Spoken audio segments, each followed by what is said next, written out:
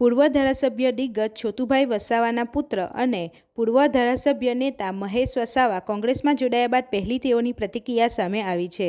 પૂર્વ ધારાસભ્ય અને બીટીપીના પૂર્વ રાષ્ટ્રીય અધ્યક્ષ ભાજપ બાદ કોંગ્રેસમાં જોડાયેલ મહેશ વસાવાને લઈ રાજનીતિ ગરમાઈ છે. ત્યારે આજરોજ તેઓની પહેલી પ્રતિક્રિયા સામે આવી છે, જેમાં તેઓએ ભાજપમાં લોકસભાની ચૂંટણીમાં મનસુખ વસાવાને જીતાડવા અને ચૈતર વસાવાને હરાવવા જોડાયા હોવા સાથે ચૈતર વસાવાએ અમારી સાથે પીએ તરીકે રહી ગદ્દારી કરી બધા ડેટા ચોરી કરી લોકો સાથે સંપર્કમાં આવ્યો છે. સાથે ચૈતર વસાવા પર ઘણા બધા ગુનાઓ દાખલ છે.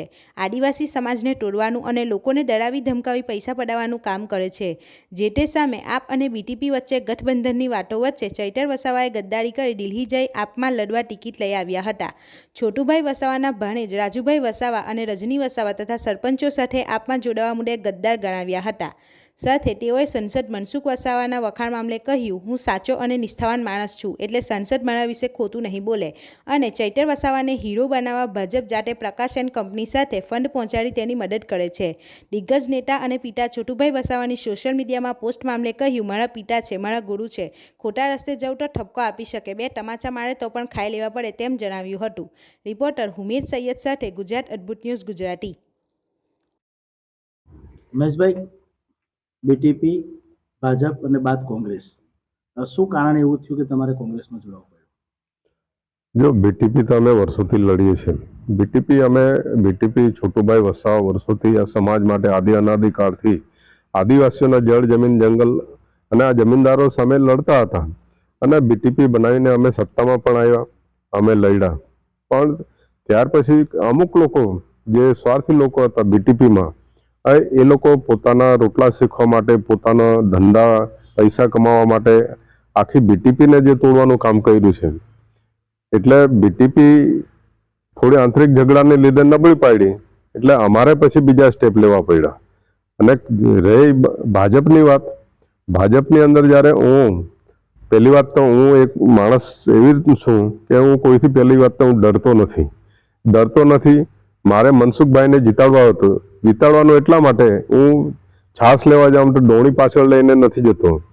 મેં ચૈતર વસાવાએ મારી સાથે જે ગદ્દારી કરી, એણે મારા પીએ તરીકે કામ કર્યું ડેડિયાપાડાની અંદર, અને એણે જે મને આઘાત પહોંચાડ્યો છે, સમાજને જે આઘાત પહોંચાડ્યો છે, એ મારું જે આખું બાયોડેટા હતા, કોમ્પ્યુટરના બાયોડેટા હતા, એ ત્યાં ડેડિયાપાડા રહેતા હતા, અહીંયા મારે ચંદરિયા વ્હાઇટ હાઉસ ખાતે રહેતા, એ ટોટલ બાયોડેટા એ ચોરી કરી ગયો.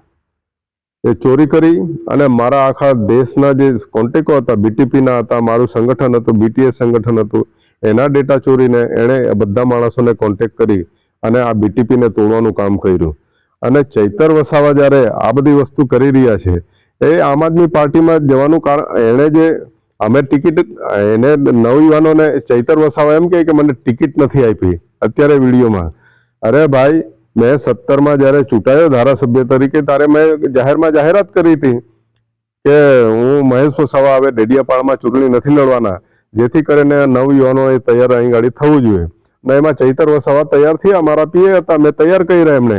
તમે મનસુખભાઈના સ્ટેટમેન્ટ પર તમે જોઈ લો કે મનસુખભાઈ તો સાચું બોલે છે, એ મારી પાર્ટીના નથી, ભલે સાંસદ છે, પણ એણે કહે છે કે સંકલનની મિટિંગની અંદર પણ મહેશભાઈ સાથે બેસાડતા અને એને શીખવતા હતા.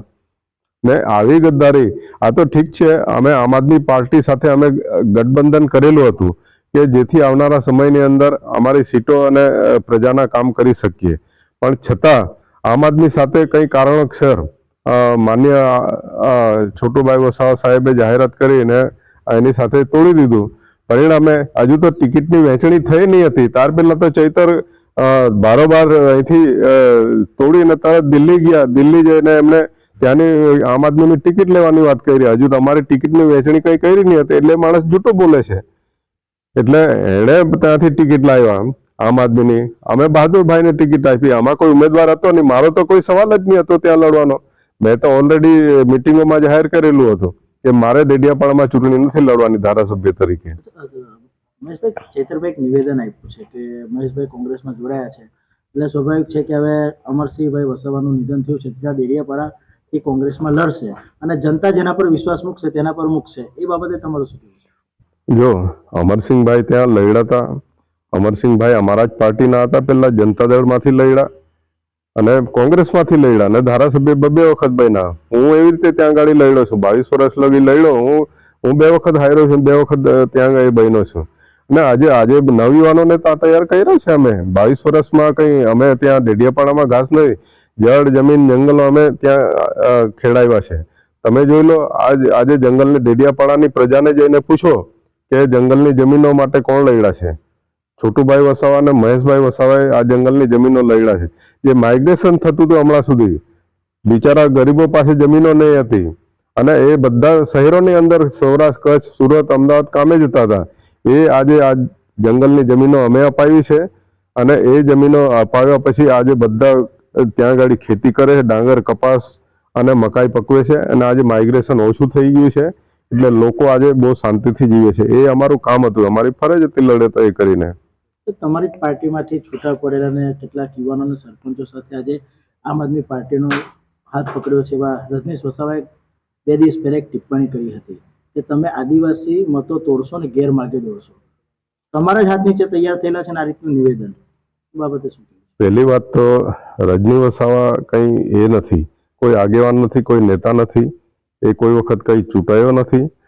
ઠીક છે, એના ફાધર જ્યારે છોટુભાઈના સંબંધી છે, ભાણિયા છે ને એમણે ચૂંટણી લડાઈને એમને પણ તાલુકાના પ્રમુખ બનાવ્યા.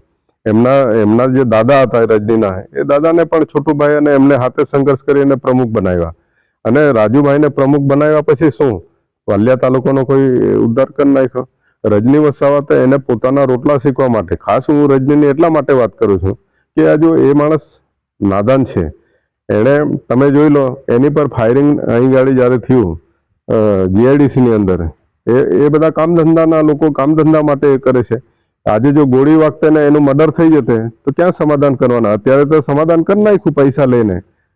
ધંધા માટે કોઈ પણ વસ્તુ કરી શકે છે.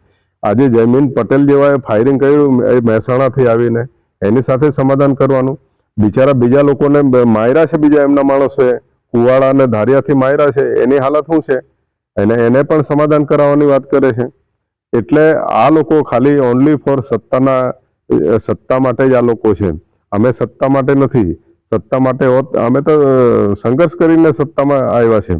એટલે રજની વસાવા અત્યારે ચૈતર વસાવાને લાવીને આ વિસ્તારમાં પોતાની ચૂંટણીઓ લડવા માટે, પાર પાડવા માટે છે. કેમ કે આ લોકોને ખબર છે કે અહીં ગાડી જીઆઈડીસી આવી છે, આ વિસ્તારમાં ખનીજો આવ્યા છે અને અહીં ગાડી ભરપૂર જે બધું એ મળે છે, એની પર આ લોકોની કાગડાની જેવી નજર હોય એવી નજર આ લોકોની આની પર છે. એટલે એમાં કોઈ ફાવાના છે નથી. એ લોકો તાલુકાની બી નથી જીતવાના અને જિલ્લા પંચાયત પણ નથી જીતવાના અને જીતવા દઈએ નહીં. સાંસદ મનસુખ વસાવાએ તમારા વખાણ કર્યા છે. ભાજપ ભલે છોડ્યું પણ એક મોટી પાર્ટીમાં ગયા છે અને ચૈતર પર કટાક્ષ કરી છે, એ બાબતે શું કહેશો? જો મનસુખભાઈ સાથે હું તો વર્ષોથી ધારાસભ્ય તરીકે ડેડિયાપાડામાં હતા. એ ભાજપમાં 6 ટર્મ ચૂંટાયા, 7મી વખત ચૂંટાયા છે અને મારી કાર્યપદ્ધતિ એ જાણે છે. હું કોઈના જેવો અછકલો માણસ નથી. ગમે તેવી ભાષા કોઈની પર વાપરી અને માણસને વ્યક્તિગત તોડી પાડવાના, એને વ્યક્તિગત જીવનની અંદર મારે એ કટાક્ષ કરવાના, એ તો ચૈતરભાઈનું કામ છે. ચૈતર વસાવા જ્યારે આ બધું મનસુખભાઈને બંને સામે સ્ટેટમેન્ટો કરે છે, તમે જોઈ લો, એનાથી સમાજને નુકસાન થાય છે. એમને વિકાસની વાત કરવી જોઈએ, જળ જમીન જંગલની વાત કરવી જોઈએ, જ્યારે આ તો બિલકુલ સામે એકબીજાને બાખડવાની વાત કરે છે. એટલે મનસુખભાઈ વખાણ કરે, મેં કામ કર્યા એટલા માટે વખાણ કરે. બાકી અમે કંઈ કર્યું હોય તો મનસુખભાઈ અમારા વિરુદ્ધમાં બોલે. તમે મનસુખભાઈ જ્યારે એની પાર્ટીના વિરુદ્ધમાં બોલતા હોય તો મહેશ વસાવા કોણ છે એની વિરુદ્ધમાં કેમ નહીં બોલે? પણ એને ખબર છે કે મહેશભાઈ સાચો માણસ છે.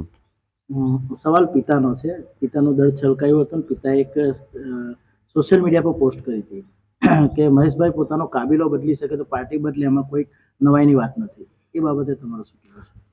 છોટુભાઈ આદરણીય છે, આદિવાસીઓના મસીહા છે, ગરીબોના મસીહા છે. આધુનિક જમાનાના જળ જમીન જંગલ સામે લડેલા, દીકરીઓની સામે, જમીનદારો સામે લડેલા એ ગરીબોના મસીહા છે.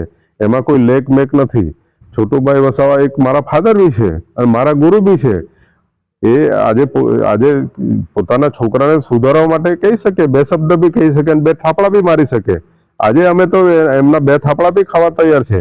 પણ એમની લડતને આગળ વધારવા માટે અમારે આ પગલાં ભરવા પડ્યા. એનું કારણ છે કે અંદર જે ભાગલા પાડીને તોડવાનું જે કામ કર્યું, આમ આદમી પાર્ટી આવીને રજની જેવા, રાજુ જેવાને અંદર લેવાનું કામ કર્યું. આ ટ્રાઇબલની અંદર તમે જોઈ લો, જ્યાં જ્યાં બી છે બધા મારા માણસોને ડેટા ચોરી કરીને છોટાઉદેપુરથી લઈને દાહોદથી લઈને આખા ગુજરાતમાં તોડવાનું કામ કર્યું. ચૈતર વસાવાએ ગુજરાત જોડો યાત્રાના નામે આદિવાસો તોડો યાત્રા આ શરૂ કરી છે. એ મારા એનાથી જ કરી છે. સાથે સાથે કોંગ્રેસને પણ નુકસાન કરતો હતો એ માણસ. ભાજપની બે ટીમ છે, અત્યારે ફંડિંગ ઝઘડિયા તાલુકામાંથી જ થાય છે પ્રકાશ એન્ડ કંપની મારફતે. કેમ કે જીઆઈડીસીમાં આ લોકો આંદોલનો કરે છે. તમે જોઈ લો, આ નાઇટ્રેક્સનું કર્યું, આગળ એનું ખનિજ માટે કરેલું હતું, બ્રિટાનિયા માટે કરેલું. શું પરિણામો આવ્યા છે? કેવડિયાની અંદર જે 2 મર્ડરો થયો એનું કોઈ પરિણામ આવતું નથી. અને એમની પર તો ચૈતર વસાવા પર તો ભ્રષ્ટાચારના આરોપ સાંસદ તરીકે લગાવે છે. તમે જોઈ લો, 75 લાખના ભ્રષ્ટાચારો લાગે છે. એવા તો ઘણા બધા, તો અમે પણ ઘણું બધું જાણીએ છીએ, પણ અમારે એ વસ્તુ સાબિત નથી એટલે અમે નથી કહી શકતા અત્યારે. ઉમેશભાઈ, આદિવાસી સમાજનો મોટો ચહેરો છો તમે, મોટા ગઢ સાથે જોડાયેલા છો અને હવે કોંગ્રેસનો હાથ પકડ્યો છે. કોંગ્રેસમાંથી તમને કયું પદ મળશે અને શું આશા રાખો છો? આ વિસ્તારના જે આદિવાસી સમાજના લોકો છે કે આ વિસ્તારની જે સ્થાનિક સ્વરાજની ચૂંટણીને લઈને તમારી રણનીતિ શું રહેશે? જો, કોંગ્રેસ એક નેશનલ પાર્ટી છે. કોંગ્રેસ જ્યારે ભારત દેશ આઝાદ થયો ત્યારથી એની સ્થાપના થઈ છે અને કોંગ્રેસના અનેક નેતાઓ આઝાદી માટે લડ્યા છે. તમે જોઈ લો કે આઝાદી પછી કોંગ્રેસ સત્તામાં આવી અને કોંગ્રેસે જ આ દેશનો વિકાસ કર્યો. આજે જેટલા બી અધિકારીઓ જે કંઈ આ શિક્ષણની વાતો છે આ વિસ્તારમાં ડેવલપ કર્યા છે, જમીન અધિકાર જે આપ્યો એમને, મનરેગા જેવી યોજનાઓ આપી. એટલે આ કોંગ્રેસે દેશ માટે બહુ ઘણું કર્યું છે. આપ તમે જોઈ લો, દેશ માટે જ્યારે એક વડાપ્રધાન તરીકે ઇન્દિરા ગાંધીએ પણ પોતાની છાતી પર ગોળીઓ ખાઈને જ્યારે આ દેશને બચાવવા માટેનું કામ કર્યું, એને આજે મારા પ્રણામ છે. એવી જ રીતે એમના દીકરા રાજીવ ગાંધી, એમણે પણ બોમ્બથી એને ઉડાવી દેવામાં આવ્યા. જ્યારે આટલા દેશ માટે કામ કરતા હોય ને એવી રીતે ઉડાવી દેવામાં આવે તો એનું લોહીની અંદર એનું બલિદાન છે. તો મારે એને કેમ નહીં કરવું? ને ટ્રાઇબલમાં એમણે જ કામ કર્યું છે ને, આ બધી યોજનાઓ જ્યારે ડેમો બનાવ્યા છે એમણે જે કર્યું. આજે પાણી સિંચાઈનું કોઈ આપતા નથી. ત્યાર પછી આજે 30 વર્ષથી આ ભાજપ સરકાર અહીં ગુજરાતમાં આવી છે અને પાણી બધું નર્મદા ડેમ, ઉકાઈ ડેમનું સૌરાષ્ટ્ર ને કચ્છની અંદર લઈ જાય છે, આ બાજુ બારડોલીમાં લઈ જાય છે, ઇન્ડસ્ટ્રીયલને આપે છે. આદિવાસીઓને ક્યાં સિંચાઈનું પાણી મળે છે? પીવાનું પાણી નથી મળતું. તો એ અમારે હવે પછીની જે લડત અમારી જળ જમીન જંગલ માટેની રહેશે. મારો એક પ્રશ્ન એવો હતો કે હોદ્દો કયો મળશે તમને, કયા હોદ્દાની આશા છે? ખાસ કરીને સ્થાનિક હોદ્દાની અમે આશા ક્યારેય રાખતા નથી. અમે હંમેશા કામ કરવાવાળા લોકો છે. સ્થાનિક સ્વરાજની ચૂંટણીને લઈને તમારું આગળનું રણનીતિ શું રહેશે? સ્થાનિક ચૂંટણીઓની અંદર અમારું કોંગ્રેસ સાથે જે વાત થઈ છે, કોંગ્રેસ સાથેનો અમારો કે આ ભરૂચ અને નર્મદાની અંદર અમે કીધું કે અમે અહીંથી, જ્યાં કોંગ્રેસ વર્ષો પહેલા 89 પહેલા અહીં કોંગ્રેસ જ હતી, ત્યાર પછી તો જે અહીં બીજેપી ઘૂસ્યું છે ગઠબંધન કરીને અહીં ગાડી 89ની અંદર જનતા દળ સાથે, પણ હવે એને કાઢવાની જવાબદારી પણ અમારે છે. એટલે કોંગ્રેસ સાથે અમે રહી. અને આપ તમે જોઈ લો, આ તાલુકા જિલ્લા પંચાયતોની અંદર ઝઘડિયા વાલિયા હોય કે નર્મદા જિલ્લો હોય, આ વખત કોંગ્રેસની સરકાર બનવાની છે આખા ગુજરાતની અંદર. તમને કહી દઉં છું કે ભાજપ ભાઈ ભ્રષ્ટાચાર ભૂખથી તરસ થઈ ગયા છે. લોકો આજે ભાજપને એટલું બધું નકારે છે કે ન પૂછી વાત. પણ એને એ કરવા માટે જ કોંગ્રેસના ને બીટીપીના વોટ તોડવા માટે જ આમ આદમી પાર્ટીને પેદા કરી છે અહીં ગાડી.